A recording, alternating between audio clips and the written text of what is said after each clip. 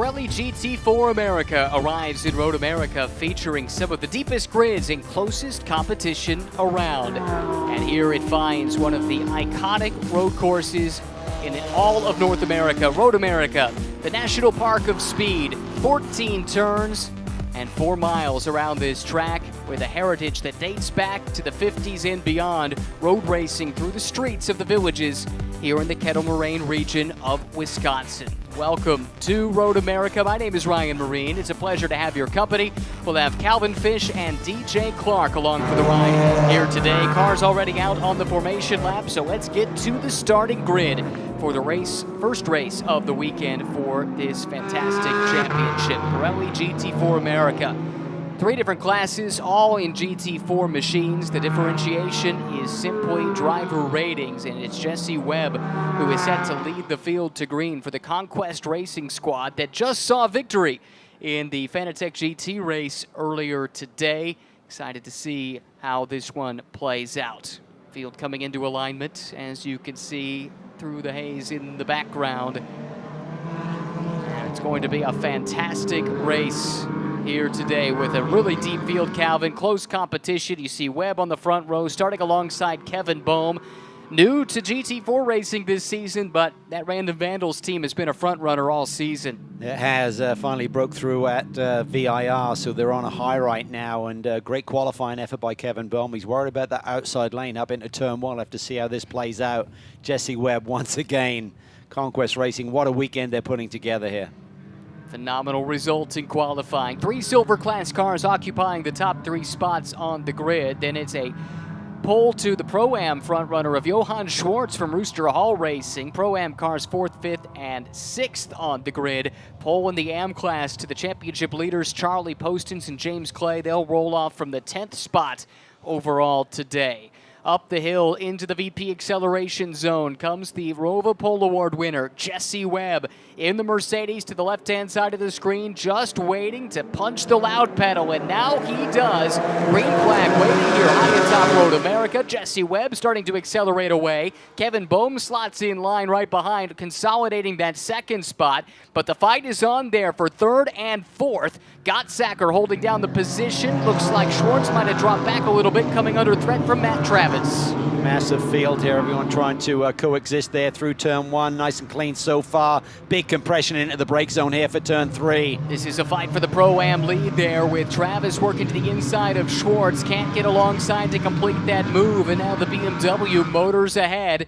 Position 1 to the Canadian, Jesse Webb. Then it's Boehm in the first of the BMWs, followed by Gottsacker.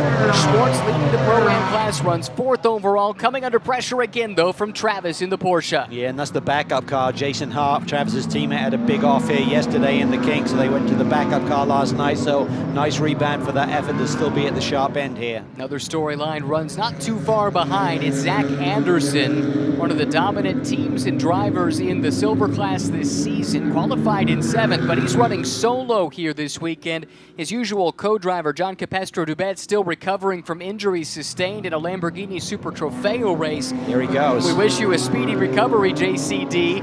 And now I'm sure you're smiling because your boy, Zach Anderson, just put the move on Matt Travis. Yeah, big move there, and he's allowed to do this. He's going to do double duty here. What he has to do is get out of the car during the pit stop exchange, go to the pit wall, get back in the car, but he will suffer a 3-second extra hold on pit lane compared to his competition, so he's still got a lot of work to do here today. Teams can request special dispensation to run as a single driver. That's what the Auto Technic team has done here this weekend, and it was granted, but it does come with that penalty that Calvin mentioned. Ooh, little slip there. Nice catch by Zach Anderson down into turn 12. Former Am Class champion in Pirelli GT4 America. Yes, and that's the Crucial Motorsports McLaren making its debut. That was caught up in the mix. I think the other car might have been Ross Schwest from Schwest Povoleto Racing in that red Aston. Nick Longy aboard the McLaren. Veteran driver with a lot of experience. Tough way to get this one started for their first race weekend of the season. This is how it happened. Yeah, contact with Schwest. Oh, a couple of times. That is a big impact. Yeah, just got into the back of him, turned him around, then gave him another smack on the way out. For now, now we stay green. Webb leads by 1.2 seconds over Bohm. Fights, though, all throughout this field as we check in there in the 11th spot where Custodio Toledo is trying to hold off Rory van der Stur. That's an AM-class car fighting with a Silver-class car. Elias Sabo there, sitting there in P14, coming off a GT America victory earlier this afternoon. Dust is flying on the exit of turn 3 there in the background. Well, you'd expect no less from Pirelli GT4 America. This is no-holds-barred racing. Colin Garrett, who's racing here, he's a short track regular, that's his background, and he says this is the closest thing to a short track stock car race as you will find in road racing. BMW still looking strong here this weekend. Took a little bit of a BOP hit after their dominant performance at VIR, but they still look to be in pretty good shape as they hold down a bundle of positions up in the top 5. 2nd through 5th belong to BMWs.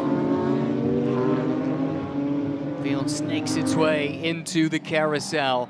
These are turns 9 and 10 here at Road America. It's effectively one long duration corner. So much patience required, so much load on the left side. Pirelli's coming through that corner. Zach Anderson there really up on the wheel, closing in on Johann Schwartz, who has the Pro-Am lead, so he may let Zach go and try and attack that top 3 who are all silver runners. But he'll have to wait. The safety car has been deployed as the field was starting to make its way down to Canada Corner where that first lap contact occurred. And oh, it's a different incident. Francis Seldorf has found the wall, and he had an impact exiting the kink earlier this weekend in practice. Shares that car with Andrew Davis. That's the exit of Canada, correct? That is, and they came into this round top 5 in points, I believe, so it's a disappointment for them. He's an impressive young man, not much racing experience. His father, Frank, has done some racing. I believe Francis is a student at Boston College. Yeah. That is a big hit for Ross Schwest, who climbs out of the race car. A look of dejection just in his gait. Yeah, not sure what happened there, whether he just mistimed the run. Big compression of the field on the opening lap. Came into this round of the championship 3rd in Pro-Am points, only 9 markers back of the championship leaders. And he is a championship caliber driver in GT4 machinery. Rare to see him make an error. We see the McLaren Artura from Crucial Motorsports has limped its way back to the pit lane. Neat little team based out of the Orlando area. Paul Holton, longtime driver in this series, is the guy who looks after that operation. I've been really impressed with Paul making the move. Not so much driving as much management now with that team. And he understands the game. You talk to Paul, he really gets it. You know what I mean? Young man was super aggressive behind the wheel. Really drove at 1,000,000% all of the time, but he's made that transition and he's got a lot of abilities to bring to the table in that position as well. Yeah, so that car started by Nick Longy. It's Kaya Teo who is the co-driver for the Crucial Motorsports team, and they've got some smart people working there. I know Ray Lee was a part of that team. I believe he still is. Long time with Compass Racing. Aaron Nash, really side by side working with Paul Holton on that team. Made their debut at the Indy 8 Hour, if you remember, a couple years ago with a GT3 McLaren. And now starting to open up to some customer programs. This is tough for the ACI Motorsports team here. Seldorf in the wall, not for the first time this weekend. And this racetrack is difficult. Been resurfaced since last year, and it's gripping up big time online, but if you venture outside of those boundaries, you can get caught out. This team took a big step this year. Longtime competitors in single-make Porsche racing. Won the single-make Porsche North American Teams Championship in their class back in 2020. So they have a illustrious pedigree doing that. They had never done any kind of multi-manufacturer racing prior to this season, and not only are they racing with multiple cars in Pirelli GT4 America, but running most of the season in Fanatec GT World Challenge America, powered by AWS as well. Pedro Torres and Spencer Pirelli not here this weekend. Pedro had a business commitment that took him elsewhere.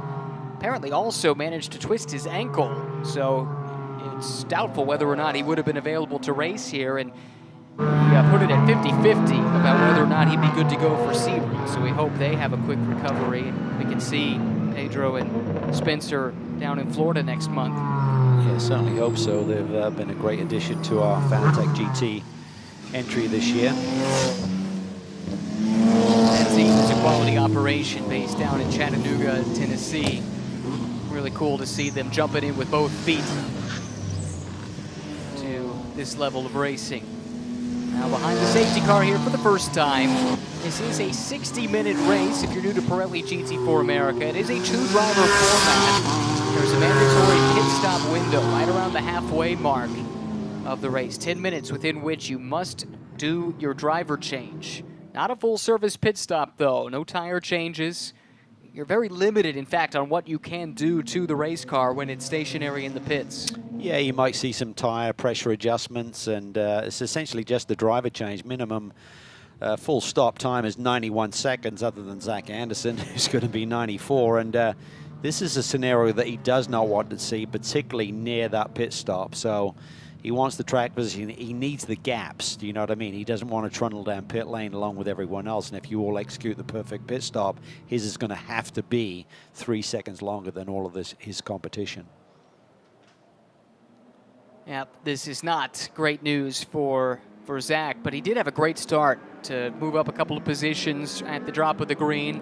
Now runs 5th overall, but 4th in class. That silver class, it was dominated, it's fair to say, last year by RS1. They've moved on to GT3 racing, which is a trend I think we might see more of in the future, because it was recently announced that the Pro-Am champions in Pirelli GT4 America will get a free entry into Fanatec GT looking ahead to next year. So trying to promote more movement up the ranks within the SRO America paddock. I think that's a great initiative. But back to this silver class here this year. The numbers have increased. The strength of the teams and lineups have increased. It's been a ton of fun all season.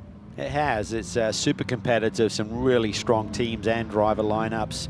Great variety of manufacturers. So many of the manufacturers seem to have the ability to win in this championship, which makes it certainly enticing for other manufacturers to climb on board as well. And Jesse Webb, what a find he has been. That Conquest Racing team seem to go north of the border and find some real gems. I tell you, I said this to you off air just a little while ago. I don't know where John Farrow, who is the man who's really helping to boost this organization and this particular initiative, I don't know where he finds these talented drivers, but you got to give him a tip of the hat, because he's a guy with the means to go and find a promising young talent that might have the talent but not the means to advance in motorsport. He puts his wherewithal behind them, and they plug them into these Conquest Racing Mercedes, and every year, Cal, they go fast. Well, I know we had that moment at Sonoma where we saw the Conquest Racing machine taken off from the field, and was like, well, that has to be Mackay Stevens behind the wheel, and it wasn't. It was Jesse Webb, so he showcased his speed immediately at the opening round of the championship. Which is all the more impressive because he comes from Nissan Sentra Cup racing up in Canada. He's done a little bit of stock car racing on paved ovals up in Canada as well. And I remember asking him before his first races at Sonoma, has anything you've done even remotely compare to driving this GT4 Mercedes? And he said, no, nothing at all. And yet, he went out and dominated in his very first stint. Yeah, he's obviously tremendously talented and seems to have taken everything in his stride. He's not just driving the car quickly, but is managing moments like this, managing the pole position, opening laps, and bringing it home. So they're going to keep digging. They're currently 22 points back of the lead of the 51 machine, which is just Zach Anderson. We miss John Capestro-Debets being here this weekend, as you mentioned, had a big incident a couple of weeks ago. So get well. I'm sure you're watching and rooting on your teammate, Zach Anderson, at this point, John. John and Zach worked really hard for a number of years to put this kind of program together where they could fight for overall wins. And Talking with Zach back at the parade on Thursday in downtown Elkhart Lake, you could tell they were heartbroken not to have JCD with them after all the work they had done to put themselves in this position. And that's one of the reasons they elected to go with a single driver here. They felt like this was their program. They were the ones that worked on it. And now it's up to Zach to carry the torch here while John continues to recover. Well, I got a feeling if Zach should pull off this championship, who knows what he's going to do the rest of the way. If they're going to elect to do this double duty, they'll certainly look at how it plays out here today. I got a feeling the JCD will be up there at the banquet should they clinch the title anyway. Deserves to be, that's for sure. Those two have been an incredible tandem, and they're very active on social media, posting their vlogs, their video recaps of their race weekends, which are pretty fun to watch. And, you know, I have to give JCD credit because he got dinged up pretty good as we go back to green here at Road America, but his post about it was pretty lighthearted, all things considered. Green flag once again. We're back to racing. 46 minutes to go here in race one. There is Zach Anderson down to the inside. Big run on Johann Schwartz, so moves up to P4 overall. Still fourth in silver, but closer to the front. Well, no more out-of-class traffic to get through. He can just put his head down and go on the attack. A couple of silver class BMWs, and then the leader in the Mercedes, Jesse Webb, for Zach Anderson to try and run down. Great restart. Coming on the heels of a really good initial start as well. And here he comes. He's got some momentum, chasing down Harry Gottsacker. STR38 BMW against Auto Technic BMW. Anderson late on the brakes, lets it roll through the apex and shoves Gottsacker out wide to grab the third spot. That was nicely judged. Just didn't overcharge the corner. Made sure he just got to the flank of Gottsacker so he couldn't turn in, and then just rolled it to apex. Really nicely judged. From 7th on the grid to 3rd in just a handful of green flag laps. What a great effort from Zach Anderson, up 2 spots here just on this restart. Oh, a little bit wide there, though. Oh, he's off and on. And brings Harry back up. Good to have Harry back in this paddock. He's had some great success here over the years. Told me he expects he's going to be in this car the rest of the way this season. Up front, Jesse Webb has clean air on the front end of that Mercedes. All these corners, that's a big advantage to have. I mean, these GT4 cars aren't as sensitive as the GT3 machinery that we just saw with Fanatec GT earlier this afternoon, but even so, let's have a little bit of an effect. Travis looking a little bit vulnerable. Here comes James Walker. Now this is for position in Pro-Am. This is for 2nd and 3rd. James Walker driving for the Bimmer World team. Matt Travis for NOLA Sport. This is the team that has won the last 2 Pro-Am championships. They run 1-2 in the points right now. Walker has the championship lead alongside Macquarie, but only by 2 points. So I think they'd be tied as they run. Good fight a little further back. Looking at Daniel Hanley back in the 12th spot. At least we were a moment ago in his Supra. Toyota's been quick here this weekend. Great shot there, coming up and over the climb there. 171 feet of elevation change here at Road America. Not far shy of what you see at Laguna Seca, believe it or not. Custodio Toledo looking up the inside of Dr. Robert Mao. He's got a new teammate this weekend, Spiros Wally, joining him. Monegasque driver, making his Pirelli GT4 America debut. Did race in the Indy 8 Hour last year. But pretty cool to get the chance to jump into that other Conquest Racing Mercedes. Of course, they've got the one that's leading overall, but now coming under some pressure. Here comes Kevin Bohm, multi-time touring car champion in TC America, multi-time national champion at the amateur level. Starting to figure out this rear-wheel drive thing. He's looking awfully strong. It's cool to see, isn't it? Just gradually inching ever closer to the top running pace, Kevin Bohm. Just a quality guy. Great race car driver, super smart, super savvy. Just, he's the real deal. Yesterday, a group from the University of Wisconsin Formula SAE team was here on site, and Kevin gave them a behind-the-scenes look at his race car and was kind enough to welcome my 11-year-old son to join them as well. So a big thanks to the Bohm family for that invitation. Drive from Kevin here right now, but But Zach Anderson is closing in. Scott Decker dropping off of the top three a little bit. And it's Johann Schwartz, the leader in Pro-Am. That's the BMW with the gray hood. Now Travis starting to find a bit of room to work with. Not so much pressure coming from behind now, as he has fended off the challenge, at least so far, from James Walker Jr. Right behind Walker Jr. is Charlie Postins. He's the leader in the AM Championship alongside his teammate James Clay. So another really solid day for Charlie here. Takes his racing very seriously. Coming off a brilliant championship win last year. Said he wasn't going to come back, and guess what? He just couldn't resist. Can you blame him? No. I mean, they had such a run last year. Great chemistry with that group. Been a world lead a couple of these championships. Oh, big bounce over the curb from Anderson. He had two wheels up in the air. Yeah, if you run wide there through turn one, there's still a little bit of a launch pad there right at the end. And that's one thing that some drivers have said after this repave. There are some areas where the transition between the new pavement and some of the new curbing and the old curbing that's still there is quite smooth. There are other places where it's not so smooth, and there's only one way to find out. Yeah. New territory, you suddenly just slip a little bit wider. It's like, whoa, where did that come from? Right. Can surprise you big time. Jesse Webb is settling into a nice rhythm up at the front. He's now got a 0.7 of a second margin, which in this championship feels like an eternity. Ahead of Kevin Bohm. Anderson, though, starting to put some pressure on Kevin for the runner-up position. Random Vandals up against Auto Technic. Yeah, Anderson is looking strong here. Good run for Schwartz. Still leads in Pro-Am for Rooster Hall Racing. They've had a good day already. They have. Garrett winning TC America in the TCX class earlier this morning. Extending his points lead over there. Currently 6th in points in the Pro-Am class here in Pirelli GT4 America. 50 points out.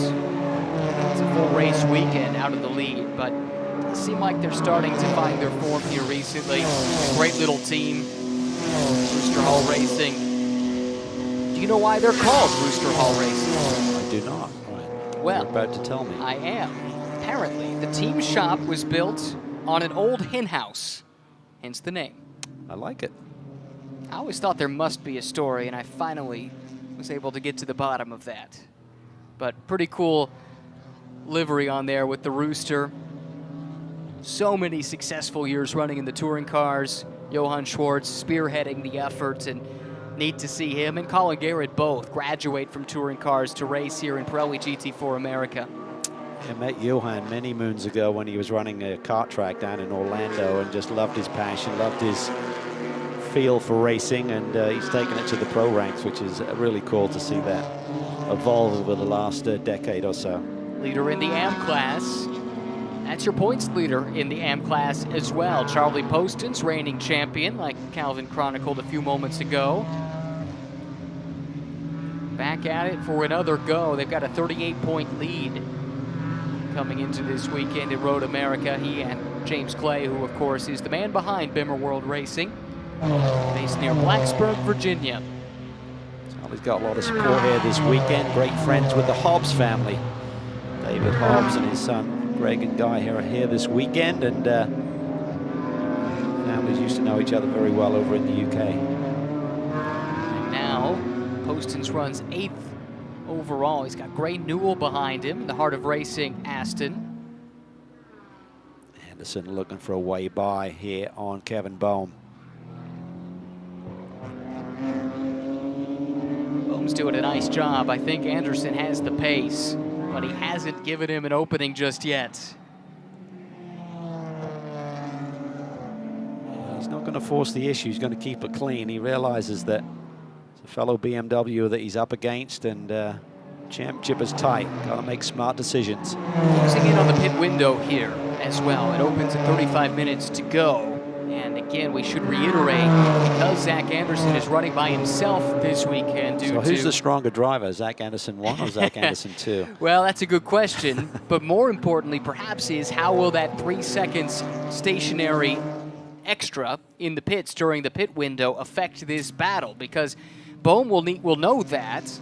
He'll know that if he can stay ahead, then he should give Kitten Cook a nice buffer, but he should also know that if he should get past, stay within those 3 seconds. Right. If their pit stop is clean, they should get back ahead. You would think that Anderson would want to go deep into this window to try and gap more of the field so he's not going to lose positions when they do come in. So the risk with that is if there's an issue and you suddenly go full course yellow, that could backfire on him. But I would think that'd be the way he'd want to go. Oh, he's looking to the inside. Bohm kind of squeezes him down, and we've talked about it all day long. Since the repave, there's not just a ton of grip offline here this year at Road America. Boom, going defensive again. Anderson pulls alongside, gets that power down pretty nicely up and over the curbs. Oh, he's got 2 wheels in the grass, maybe 4, but he kept his foot in it. Wow. Didn't look like he lost too much momentum. Gives Gottsacker a little bit of a run on him. It does. Pretty dicey there. I mean, they're trying to keep it clean. Great racecraft by Kevin Bohm in recognizing where the 51 machine was at all times. This is great for Jesse Webb, by the way, because he has run off and disappeared. It was 2 seconds at the line, and I bet it's double that now. Anderson's got to be feeling the pressure. He knows that 3 seconds that he's going to have to give up in that pit stop exchange. He's just trying to gap as many cars behind as he can. He knows if he can clear Bohm, that will help that cause. And Bohm right down the middle of the road. As is his right, he's certainly not moving in reaction. But in that run through Hurry Downs to turn 8, ooh, a little bit wide there at the entrance to the carousel. Does that open the door? You saw Anderson literally trimming the grass there on the inside of the carousel. Weighted tire on the inside, just kind of floating the edge of the road. High commitment run through the kink. And now Kettle Bottoms. That's what this stretch is called. It's treated like a straightaway, but it's anything but, of course, in the run down to Canada Corner. Trying to get the car in a nice straight line braking position to get your turning point correct. That corner's changed a lot. It's gotten really bumpy coming off that corner. Track exit there was really bumpy over the years, so that's a lot smoother now, of course, with the resurface. Turn 14, final turn on the track, leads to the 4,400-foot front straightaway. Huge elevation change. It's hard to totally describe it unless you've been out on this track, just how big that hill is coming up the front stretch. So the leaders didn't have the opportunity to pit on that lap. Deeper in the pack, you could now pit. Pit stop window is open. Here comes Anderson again. He's got the drag down the front straightaway, pulls to the quarter panel of Kevin Bohm, and he's able to keep it there offline. Bohm leaves him just enough room for them to go side by side down in the run to turn number 3. Bohm to the left-hand side of the screen, working the outside. Here comes Zach Anderson. Harry Gottsacker there too as the two come together. There's a touch. Saw some rubber smoke there. It's going to give Gottsacker a bit of a run here. Bohm could lose 2 positions here. Gottsacker very opportunistic. Can he make it 2 for 1? He's practically pushing Anderson through. Bohm fighting back on the outside after dropping the 2nd spot. Oh, Gottsacker gets to his door, and that's about all she wrote. It's hard to hang around the outside here in turn 8. Yeah, you're just out of position by the time you get up into the turn 6 brake zone. Gottsacker shares that car with Chandler Hall, who is fresh out of his GT3 car. A runner-up finish earlier today in Fanatec GT. He's going to have to adjust his braking points and stuff when he jumps on board, but so many of these drivers are doing double duty now and have that ability to get back into the groove pretty quickly. Boom, back on the attack here, dropping 2 spots in a couple of quarters. Dropping back further, we find Charlie Postins now in the 7th overall position. Behind him, Rory van der Steur. There's Dan Hanley. Anthony Girazzi giving a nice run to that Krug Speed Toyota. Now Paul Sparta attacking on Dr. Robert Mao into the kink. It's TR38 BMW leading Random Vandals BMW with Richard Edge not too far behind. Another one for the ACI Motorsports stable, Richard Edge. Robert Mao on the brakes a little bit there down the straightaway, electing to let Paul Sparta go, so I'm not sure what that was all about. Having a very competitive season, currently 2nd in the AM points standings, 38 points back of Postins and James Clay. I think Jesse Webb just made the call to the pits. Indeed, many of the front runners have elected to do just that. Crucial moment in this race, especially for the Auto Technic car of Anderson. Looks like Postins elects to stay out, and as we've seen a few times this year, inherit the overall lead and run at the front, but risk the yellow coming out in the middle of the window. So Anderson plays it pretty conservative. He's elected to come in with the other leaders. He's going to lose a little bit of ground here, you would think, with the extra time added to his pit stop. Kevin Bohm climbing out, Kitten Cook climbing in. Race control, by the way, did take exception to some of Kevin's defensive moves. He was given a warning for driving standards. Here is the Conquest car of Webb that came in as the leader, now giving way to Mackay Stevens, the Chicago native, here on his home track. You can see a lack of activity compared to a GT3 pit stop because there's no tire changes or refueling going on. Simply some tire pressure adjustments and driver changes, the main action. The Rooster Hall car out. It is. Also out is the Random Vandals car. Looks like the Rooster Hall guys really got the job done. There's overlap there, so they should get that spot. And meanwhile, we've got a problem in the kink. Oh, this comes in a precarious time from the pit window perspective. Couple of cars scattering. That might be a Smooge Racing Supra. Is that John Jesbray? It is, who comes to a stop right here in the middle of the pit window. This is tricky for the stewards to manage this, but this is one of the reasons that Zach Anderson elected to pit as early as he did, because of that potentially happening. Great job. If everything was within the mandated window there for Rooster Hall, that jumped them up a couple of spots. Conquest maintains the lead, but Anderson didn't lose too much in that exchange either. Nope. Looking to see who might make the call to the pit lane now that we've had this incident. I'm surprised people are passing up this chance, unless they've been told that they're going to hold any yellows until the end of the pit window, which has happened before. Well, the other thing is, if you're able to stay at speed, you know, if you're not arrested with the speed, we've not gone yellow, so it can be an advantage in staying out and running at speed versus being arrested by the safety car. So Kitten Cook for Random Vandals now ahead of Anderson because of that slower stop as mandated. Both of those cars now around Colin Garrett, so second and third in their class, silver class, now run second and third on the road. Garrett with a strong advantage, at least the way it's going to cycle out with this pit stop. This should be first, second, third, and fourth as you look at it here. It's not quite yet because not everyone has pitted. Wild card in this might be Gottsacker, who has stayed out. James Clay going to jump on board, championship leading car. Bimmer World having a great season, as we said. They lead both AM and Pro-Am categories right now. Pit stop's underway. This pit lane a busy place. Still green for the moment. Maybe John Jesbray was able to pull away, or perhaps just waiting to see. This is the 88 of Gottsacker, so he does come in now. He had inherited the overall lead. He was running with the leaders. Here he is released. Was that the strategy call? Now with Chandler Hull behind the line, behind the wheel, we look down the straightaway. Here comes the rest of the leaders, and great job by STR38 to, at least for the moment, put that car out in front. The battle rages now for what is second, third, and fourth, and it's all behind a car coming fresh out of the pits. Yeah, and there's no tire change, remember, so for Chandler Hull, these tires, other than being stationary for a moment there with the driver exchange, they've still got temperatures. Now the safety car is released, and with that, they grab the lead. That is great news for STR38. The safety car eliminates any deficit they might have with a fresh driver and tires that had cooled off a little bit. I think looking at the graphic there, everyone has been down pit lane, so that's what the stewards are waiting for, to be able to now do this without affecting any race position change. So really the overcut there, just that in-lap by Gottsacker. There's the incident we're looking at. Jesbray off to the left-hand side. Two cars involved. The other, I believe, one of the NOLA Sport entries. Yeah, broken suspension there.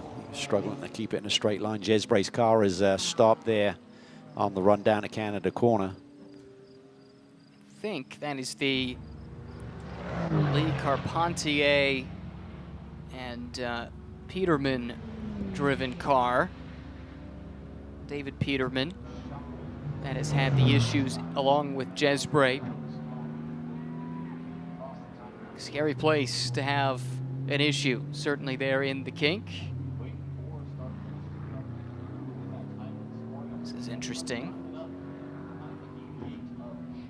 Not sure why everyone is checked up here a little bit further back in the field rather than moving to catch up to the safety car. Well, I think that car is an issue. Yeah. That's why they're going slow. There you go. That's Chris Allen. Well, he had an issue. There was something going on with that car when Mao was behind the wheel exiting the kink. Okay. Right before that incident. So I think they're trying to do maybe a Control-Alt-Delete there on that machine, get it back to 100%. That's tough because they had a decent run going. They've had a good season to this point. Coming in second in the points in the AM class. That does not look like today will be their day. Field still coming around to catch the safety car, which waits at pit exit. How about the strategy call from STR 38? They stayed out, they gambled that it would not go yellow. And then running out in front all by himself, Harry Gottsacker turned in some quick laps. The crew did what they needed to do in the pits, and next thing you know, the 88 car leads. Yeah, it was tight, but it was just enough, right? So it was squeaky, and you'd have to think that Mackay Stevens was going to have a run on Chandler as he made that adaptation back to a GT4 car from being in a GT3 car. He could have been vulnerable there, but this safety car has really helped out that situation for him. Now this is shaping up to be fascinating here over the final 25 minutes or so, with Hull now leading. Stevens in the car that was the pace-setting car, but we know the Mercedes, as quick as it is, doesn't always excel in a straight line, and that can make it a challenge to overtake, especially around this place. As Allen stopped on track again. Continues to work through whatever niggling issues might be troubling that car. Then you've got Kenton Cook. We know his pace. It speaks for itself. And then Zach Anderson in fourth. Those top four, they're going to be going at it hammer and tong here once we get back to green. Yeah, it's going to be a great little battle. And I mean, you mentioned the fact that Mercedes may be vulnerable to the BMWs here, but we talked about the fact that BMWs took a bit of a BOP hit, so that should equalize that a little bit. And certainly when Jesse Webb was behind the wheel, he didn't look too out of order in terms of the BMW's pace. Still behind the safety car, under 25 minutes to go. Time to check in down in the pits with DJ. I'm down here with Harry Gottsacker, driver of the STR 3888 machine. I mean, we got that one right. Brilliant strategy call, finds you guys out in the lead. You got to feel pretty good about that. Yeah, great job by the team, with that call. Our BMW M4 GT4 was really fast right there. It was pretty fun racing with those guys. I was just waiting for my moment to strike on them and everything. But yeah, we'll see what Chandler can do, and hopefully we end up on top. Well, it looked like you put down some pretty good hot laps on those out laps. Yeah, our car is great. Everyone on the team is doing a great job this weekend. Hopefully we can get a good finish today. Well, best of luck to you. Back to you, Ryan. Former champion in this paddock, Harry Gottsacker, back in 2019, won the, buckle up for this, Pirelli GT4 America Sprint X West Pro-Am Championship. Racing alongside John Miller, 5 wins, 9 podiums, 2 poles that season. He's been a championship runner-up before. He's had success racing touring cars here in recent years. In fact, was part of Hyundai's effort at the Nürburgring 24 earlier this year. He's been a busy boy. Nice young man, lots of pace. And obviously John Miller now kind of managing and steering the ship there at STR Racing. That's right. Part of their driving lineups over in Europe, though, is John with Samantha Tan. Hey, we got a moment. Let's hear from some more drivers down pit side with DJ. Down here with Jesse Webb. He puts his overalls back on. Got to please the sponsors there. But Jesse, great first stint for you. Got caught out a little bit on that pit strategy, but the car looks like it's got speed. Yeah, the unfortunate pit, I mean, we've got speed, that's for sure. I know Mackay can bring it back up to the front, and, it's just making it more interesting, better racing, and, yeah, I mean, looking to have fun here. I mean, it looked like it's absolutely on rails. Is there anything that car can't do today? Oh, I mean, we've got a great race car. Conquest Racing JMF Motorsports has provided us such a platform for this weekend, and, yeah, we're really looking forward to bringing that car up front, and I'm sure Mackay can do it. Well, there you go. You got a little bit of a promise there from Jesse Webb. If given the chance, we know Mackay Stevens will take it. We saw that at NOLA earlier this year in a finish that had to be decided by a photographer's photograph. I think they did the math on it, and it was something like 1/1000th of a second, the margin of victory. It didn't go Mackay's way, but it was a gutsy move, totally committed to even put them in position to challenge for a win that day when the Mercedes definitely was on the back foot relative to some of the BMWs. Yeah, Mackay's a special talent. He's such a complex character. I mean, he's so smart and really intense, but what he can do behind the wheel is remarkable. So this should be fun to watch. From experience, when you interview racing drivers, you get certain types of answers more often than not. You get none of those from Mackay Stevens. Esoteric comes to mind. I mean, you wouldn't be surprised if he started working in some kind of Confucian philosophy to an answer about how the Pirellis handle over 60 minutes. I mean, that's the kind of deep thinker Mackay Stevens is. He's very intimidating for me because he is just so smart. I mean, he's a real interesting character, and you know, Jeremy Shaw was a big supporter of his with the Team USA scholarship, and I think yeah, he's running in this form of competition, but I think there's potential for him to run at much higher level as well and do extremely well. I think he's probably the only driver in this field that once worked at a fine art and furniture conservation company. But that was Mackay Stevens' career before he got to be a racing driver.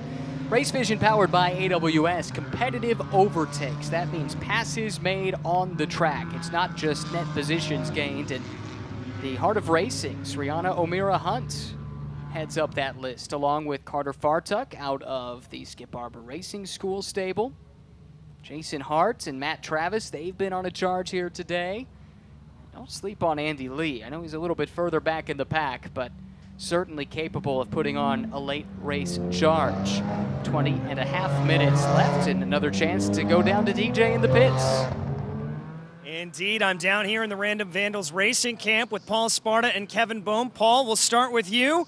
How's it going out there for the BMW? I think we're going pretty well. I think it's power's been a bit of a struggle, but we are making do, and you know, we can kind of hang in the draft. Handling the car is just awesome. So we kept it clean, stayed out of the mess, and we're in this thing so far, and we'll see how it goes. We'll see how it goes. Kevin, you were getting your elbows out there up at the front of the field. Little bit of argy-bargy, but it looked like the car's strong.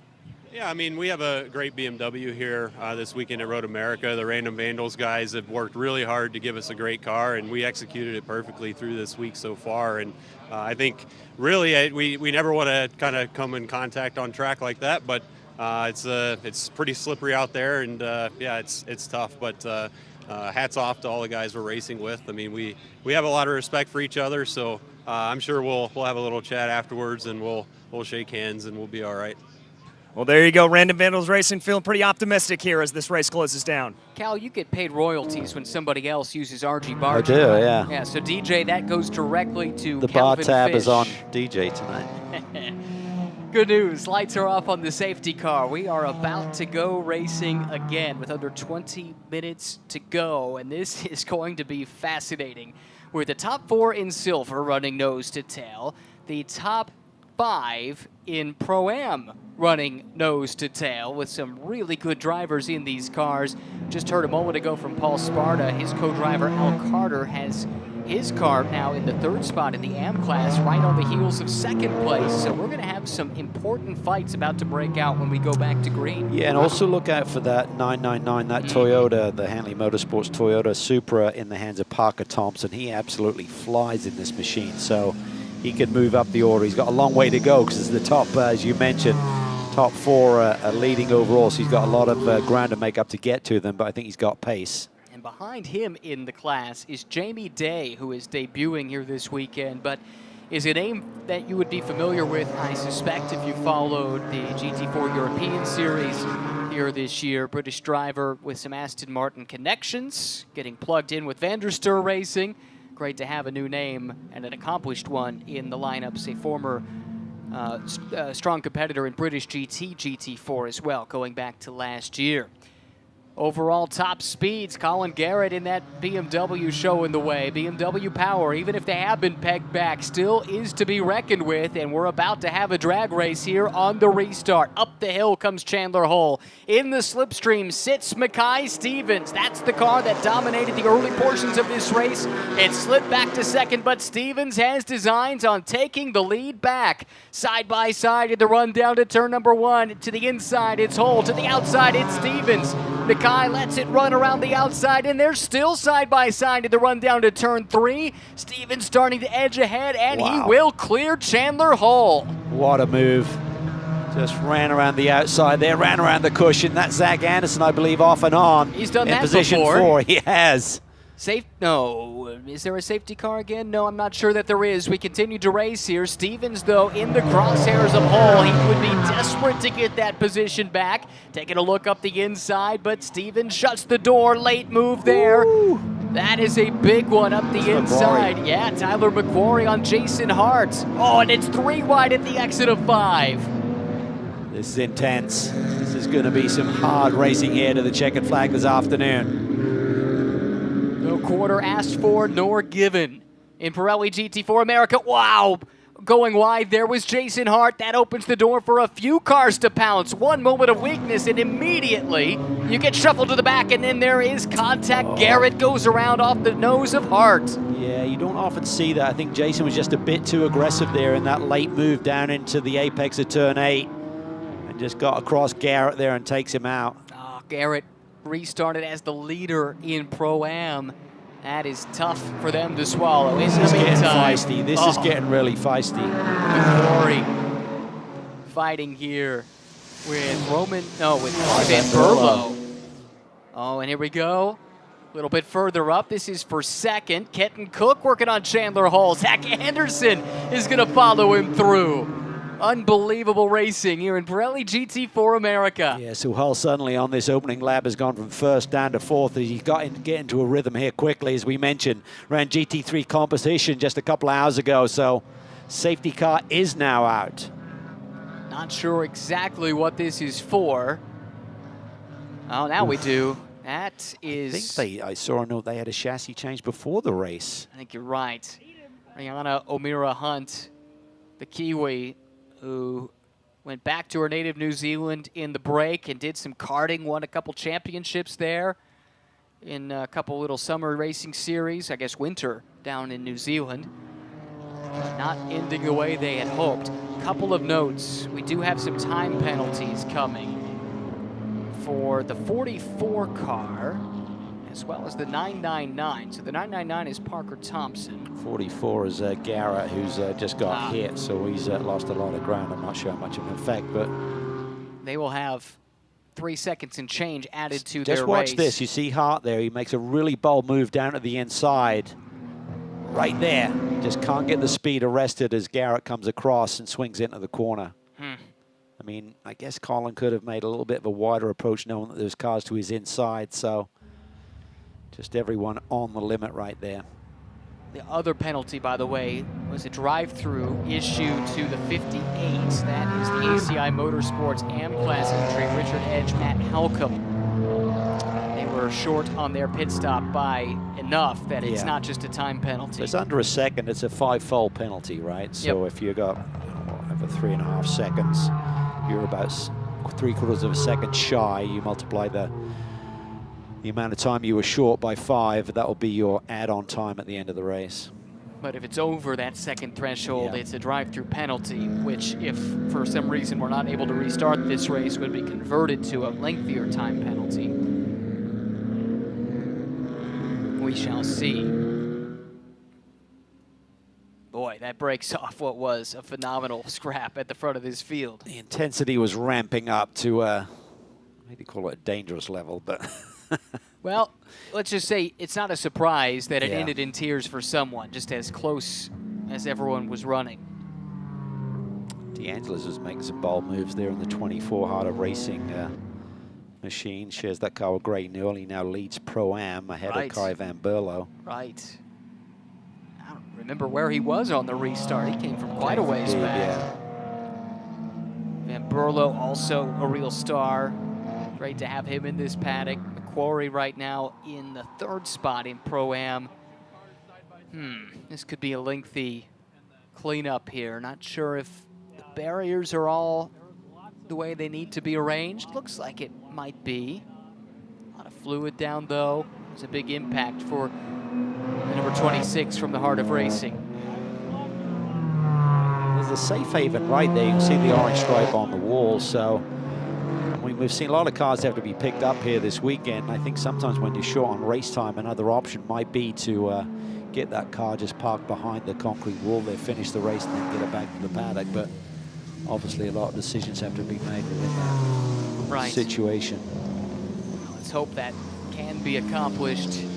Love to see what would happen. How about the restart from Stevens? I mean, we talked him up. We said he'd go for it if he had a chance. He's just got that feel. Yeah, he's just got that feel beyond the boundaries where it's super sketchy and just keeping it under control and just managing it and timing it, and just a little bit later on the brakes down into turn 3 to just clear the car. These drivers at that level, they just have that feel. They know where the car is around them when they're on the outer edge. You're not always seeing the car, peripheral vision or in the side view mirror or whatever you're working with, and you just know where the car is and you make the right smart decision. It takes a lot of talent. We talk about how good this program has been with John Farrow's ability to pluck drivers with talent and put them in the car.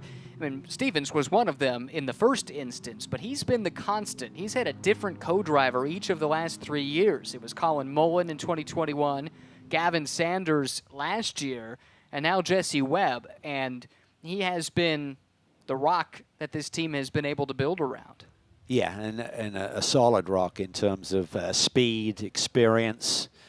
He gets the big picture. You know, you've got to be able to compromise a little bit, and I'm sure all of his co-drivers have slightly different traits and handling balance that they like in their race car, and it's up to you to adapt or work with them. Anderson just was off the track behind the safety car. That's very curious. It's bizarre. So he runs 3rd right now. Well, let's look at this again. Let's see. Oh, he just runs up there. Oh! He hits Kenton Cook. Wow. He was obviously looking down at something inside the cockpit there and just got caught out. Don't see that every day. No. Well, hopefully it doesn't result in anything more than just a slightly embarrassing moment there, because right now he would finish if we don't get restarted in the 3rd spot. The gap coming in was 22 points, leading Mackay Stevens. Exactly. Big. So it makes it a 12-point lead as they run, looking ahead to tomorrow's race 2. You know, I love the point structure, the way that a win is rewarded that way. It's a 7-point swing. That is big. Then it goes to 3 and 2s and stuff, nip and tuck. But that win is a huge swing.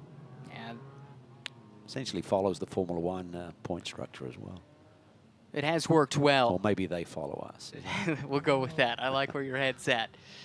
And here's the cleanup continuing for this 2nd Heart of Racing car. This is a really neat initiative that Ian James and Heart of Racing put together here with this all-female driver lineup. They did a shootout over the winter, had 7 or 8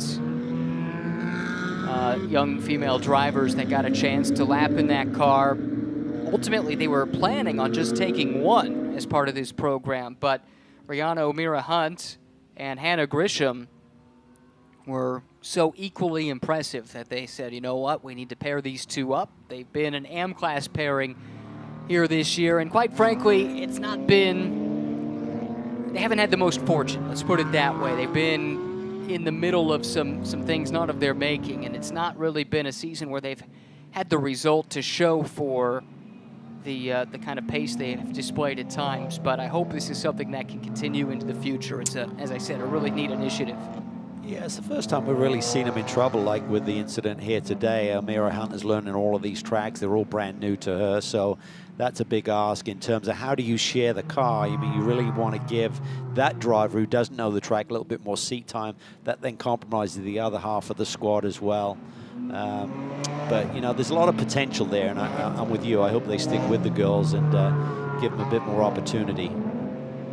Hannah comes from the amateur road racing world, raced in NASA, National Autosport Association, was part of the Teen Mazda Challenge back in 2020, which is a cool initiative that Mazda has to support young racers driving Mazda products.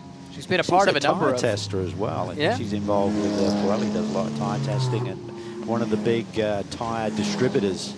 I believe she does work for them. I trust you. Won a championship racing in the, I guess you would call it, semi-professional endurance series, WRL, last year.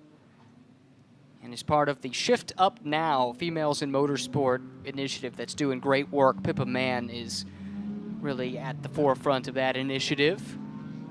Great to see what they've been able to accomplish here this year, but unfortunately today is not their day. Sister car's doing well. Yes. Roman DeAngelis, 5th overall, leading Pro-Am. Some nice bold moves there. He's a real talent as well. Canadian, has had a ton of success at GT3 level with the harder racing team. Got his start racing in single-make Porsche racing, did Roman DeAngelis, up in Canada. And I remember just hearing these whispers of this guy named Roman that you need to be on the lookout for. He's young, he's fast, he needs a couple to iron out the edges a little bit, but when he does, he's going to be someone to watch. And sure enough, those prognostications have proven true. Yeah, he actually teamed up with Ian James as a co-driver at the Rolex, as I recall, and that's how Ian got his eyes on him, who manages a few drivers and obviously runs the harder racing team. And they've just established a great relationship. Ian's been a great mentor for him and created opportunity for him at the same time. And Roman's been up to the task, just top notch. Speaking of this Heart of Racing team, I don't know if you saw this or not, but there were some spy shots recently of the, at one point we thought stillbirthed Aston Martin prototype program that's been rumored to maybe have been brought back to life. And I saw a picture of what appears to be that car, and it had a Heart of Racing logo on it. I meant to ask Ian about that this weekend, but let's stir the speculation pot a little bit here. Sounds good. That would be cool. Time's running out here. It's unfortunate. That is less cool. We've seen a bit too much of that in this championship this year, unfortunately. We've had some really great racing and some spectacular racing, but a few too many incidents at times. I think we saw a shot a moment ago of Cedric Spirazzulli in one of the other Conquest cars with some serious front-end damage, and that car was running in decent position in Pro-Am not so long ago. They've fallen back to 6th. The way that car is looking right there, coming through the picture, it might be all right if this ended under yellow. They might get their wish because got a ways to go with this cleanup. And we're doing laps behind the safety car at 4 minutes and 20 seconds. We just need to get that flatbed into a safe zone. We don't need to get all the way back to the paddock, of course. If there's a safe zone that they can get to and just get these safety car lights out, it'll be a dramatic shootout, but there is potential still. Well, the teams, or the drivers, I should say, clearly feel that way as well. They're working hard to get these tires prepped for the restart. Got to be ready just in case, but if they don't get it green by the end of this safety car lap, there's not enough time to lead them around at this pace. That's right. Without the clock running out, so it's now or never. We shall soon see. There is Mackay Stevens, Kenton Cook, Zach Anderson driving solo this weekend. Chandler Hull, Roman DeAngelis, Kai Van Berlo, Tyler McQuarrie. There goes Parker Thompson. They still owe a penalty. A little bit of hustle. Yep. A spring in their step here, trying to find a safe place. You can go off to that left-hand side. They might be able to think that we can release these cars, go green, and then there'll be the gap for that flatbed to get over to that safe place.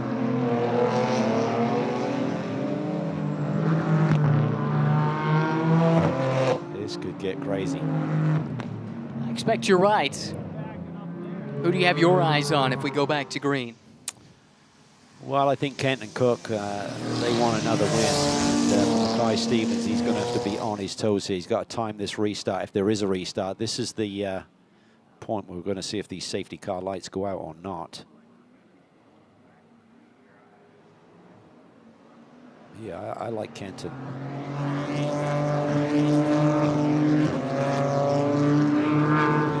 Pretty good shout. Yes, the lights are still on. Mm-hmm.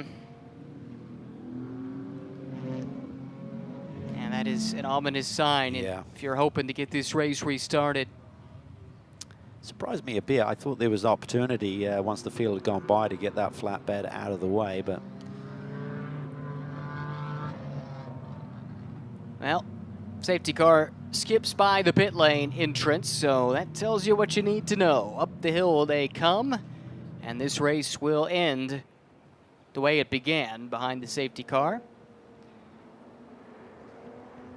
Mackay Stevens, Conquest Racing. What a day for Conquest. Let's pause and contemplate that for a moment. First win at the GT3 level here in Fanatec GT. First win for Manny Franco. And now to add a victory in Pirelli GT4 America, this would be a banner day.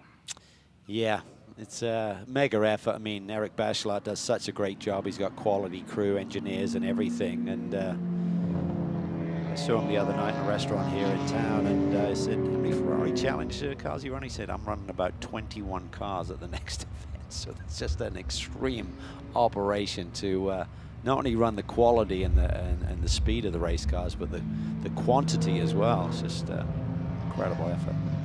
I've had, unfortunately, some cold water poured on my Aston Martin Valkyrie Theory. Okay. Yep, I'm told it's just a track day car. It's made to look like a prototype, but doesn't look like that's the case.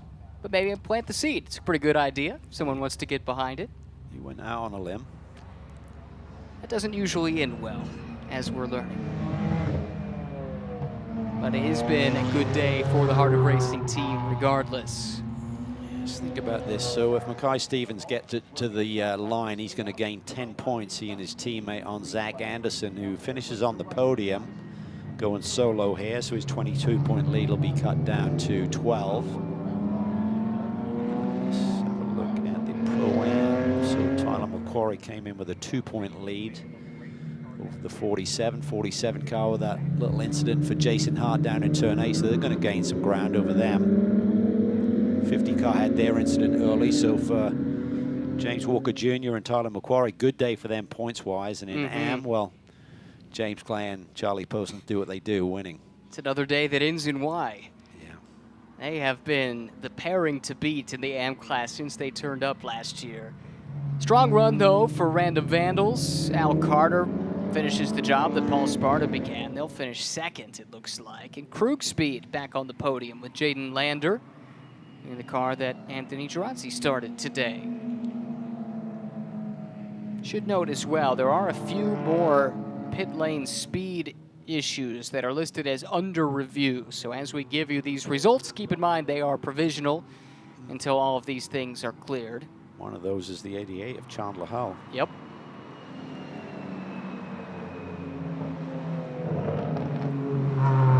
Fourth place car on the road.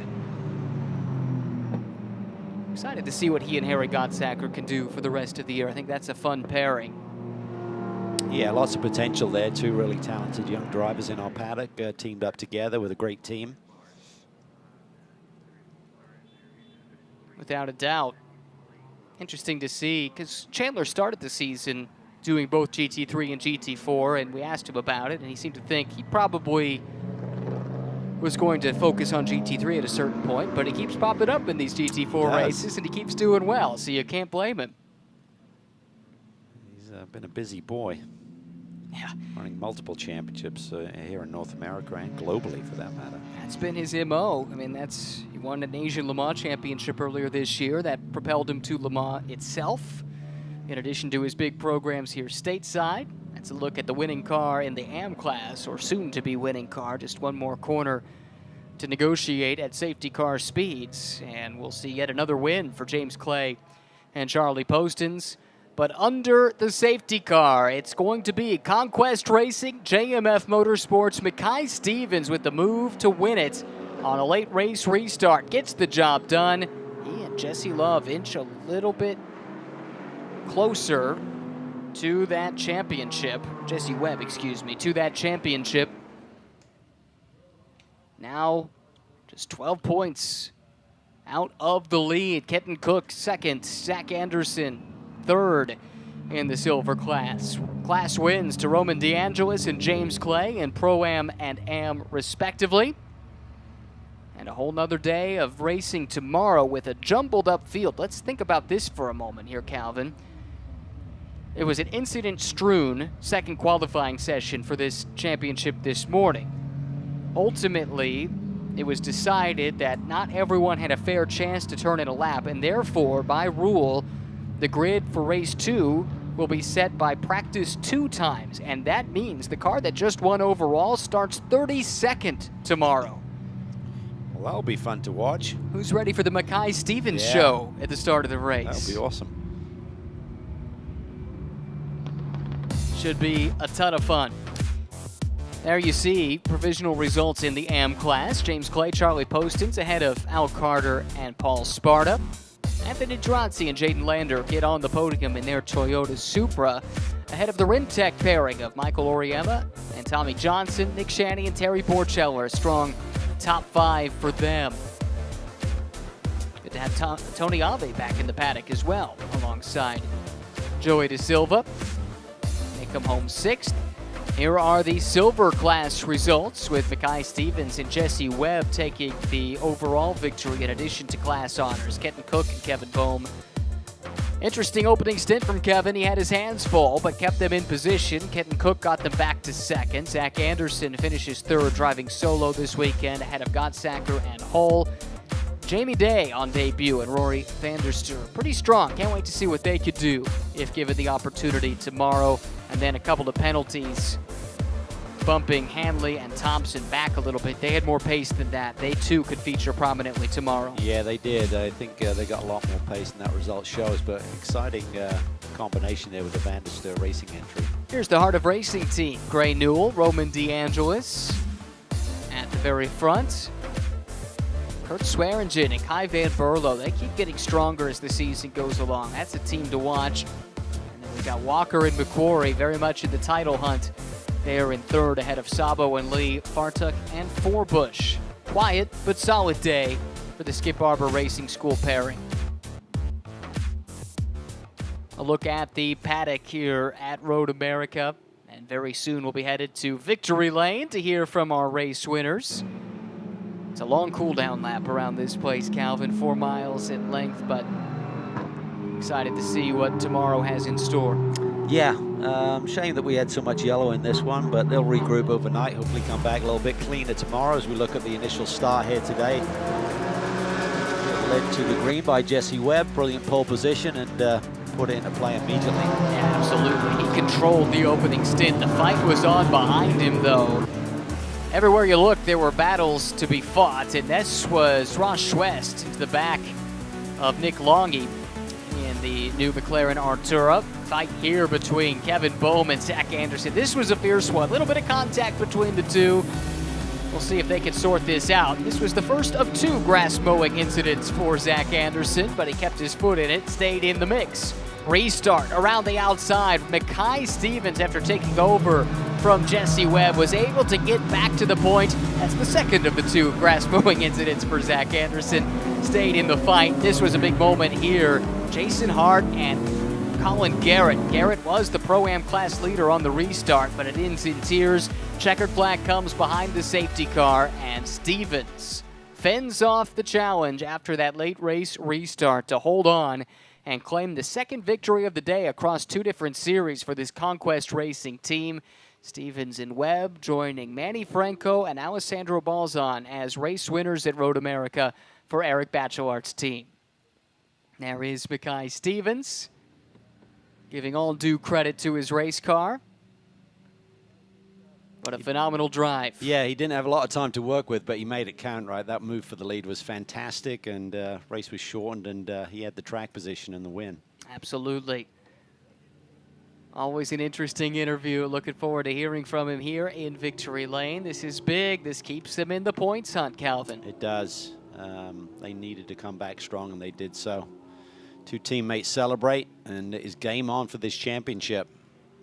And let's hear from them now with DJ Clark down to hear with our race winners. Mackay Stevens, Jesse Webb down here. Mackay, I want to start with you. Mega move to be able to take that lead. Thank you very much. But first and foremost, all due credit to Mr. Farrow, to the team here. Just everybody continuing to push forward in the spirit of this championship, trying to keep it alive with all that we got. And Jesse did a heck of a job to put us in that position for me to even have the opportunity to do so.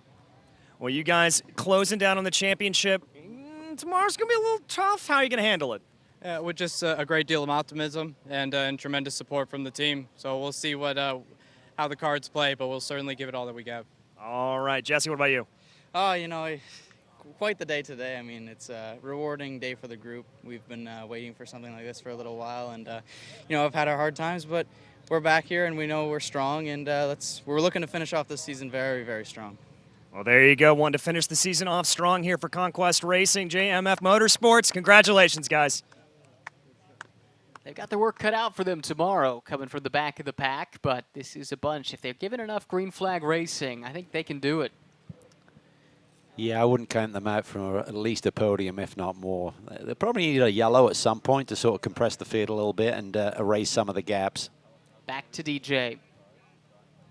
The heart of racing, Aston Martin, able to take victory in Pro-Am Roman. I want to talk to you first. Great drive out there. How was it? Yeah, it was interesting. Obviously, more of a restart race. I didn't have many green laps. It's kind of common here in this series, so getting used to that. So figured I'd try to take advantage of the restart. I think we were 4th or 5th, and we were leading. I was just trying to read what class the cars in front were in to see if we were leading or not, because I couldn't hear on the radio so well. So yeah, obviously good drop to Gray, the heart of racing. Unfortunate for the other car, but good way to start the weekend. So.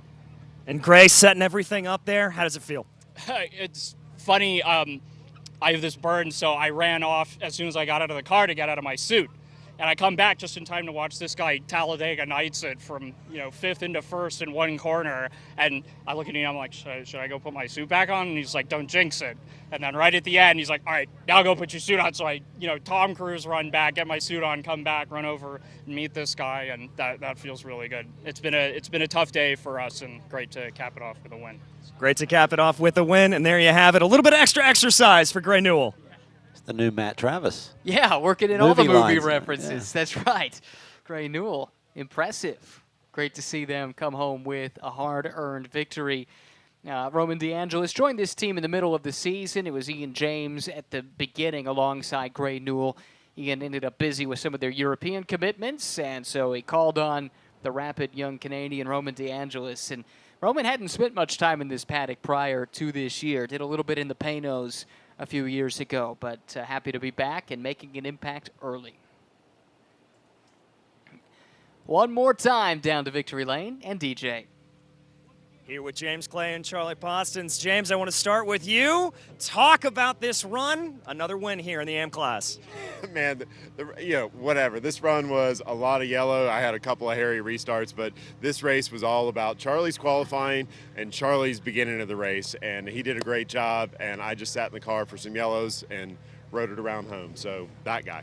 Well, all right, Charlie, then you talk me through the race, my friend. Well, actually, I had a very simple race. It was clean at the start, both starts that we had on the first side of the start. And it was just very simple. No mess. I think there was some carnage behind us, and luckily we avoided that. So, yeah, very clean, simple race, and just happy to be here once again. Happy to be here once again. And, James, you got one more? Yeah, one thing, I'd like to thank Optima Batteries for being here. This is in their backyard, Milwaukee, Wisconsin-based company, title sponsor of our car. Awesome to have them here today for a win. There you go. A win for Bimmer World, folks. Another win for Bimmer World. They are racking them up at an alarming rate for their competition. Yeah, they're a dominant force in this AM class. Two really quality drivers with a ton of experience and making it happen.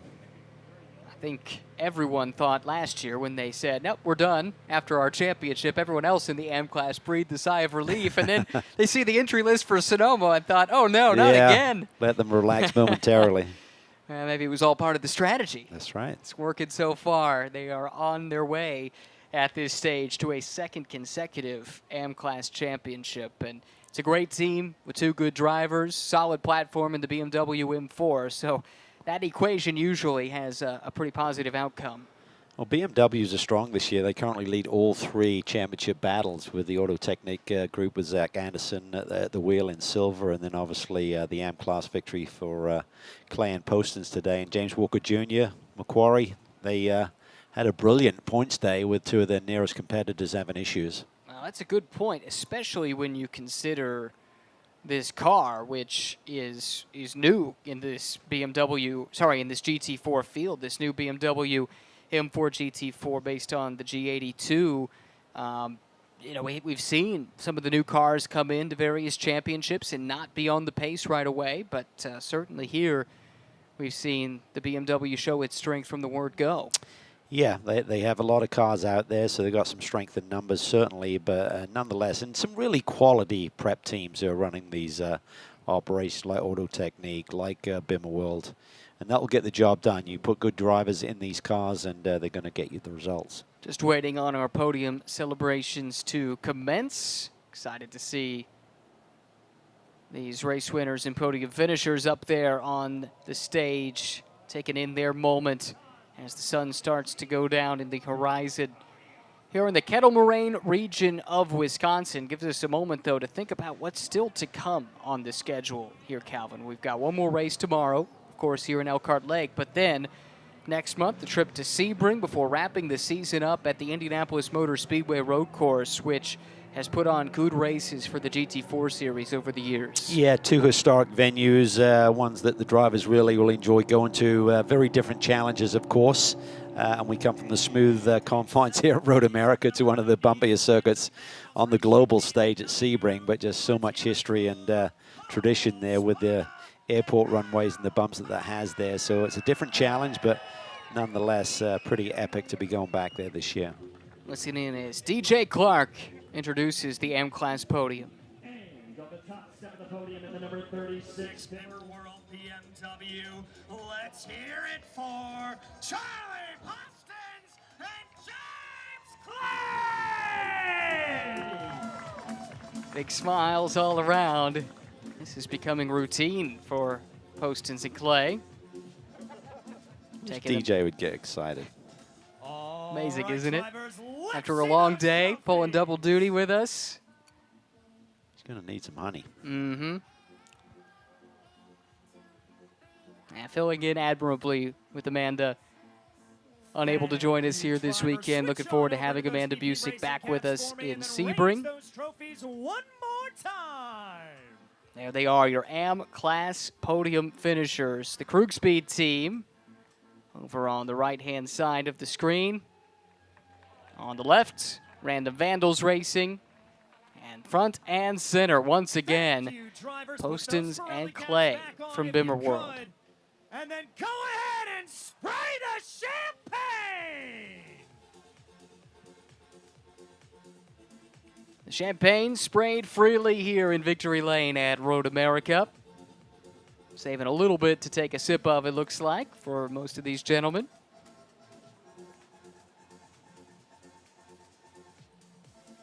Tough to get too excited, though, when you know another rough and tumble race awaits tomorrow. Looking ahead to the schedule, 10:55 local time. Estimated start time for Pirelli GT4 America will be on a little bit before that. Hope you join us.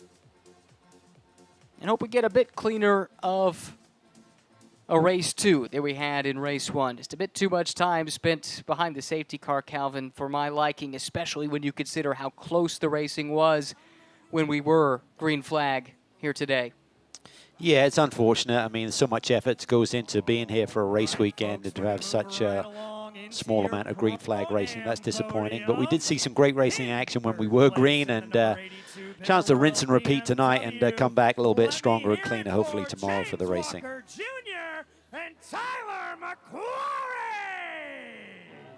Beautiful part of the country here in Wisconsin, the Kettle Moraine region.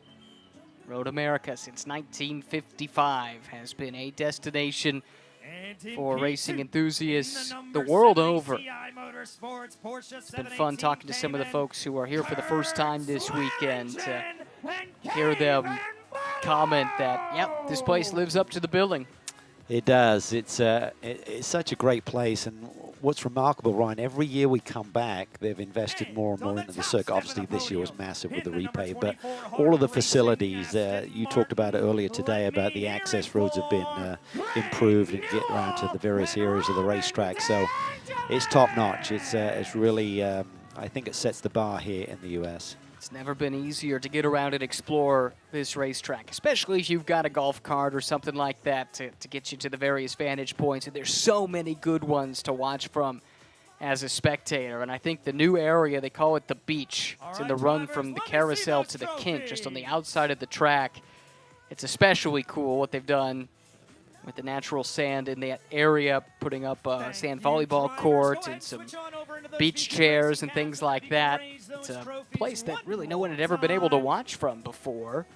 It was just woodland, basically, prior to this latest round of renovation.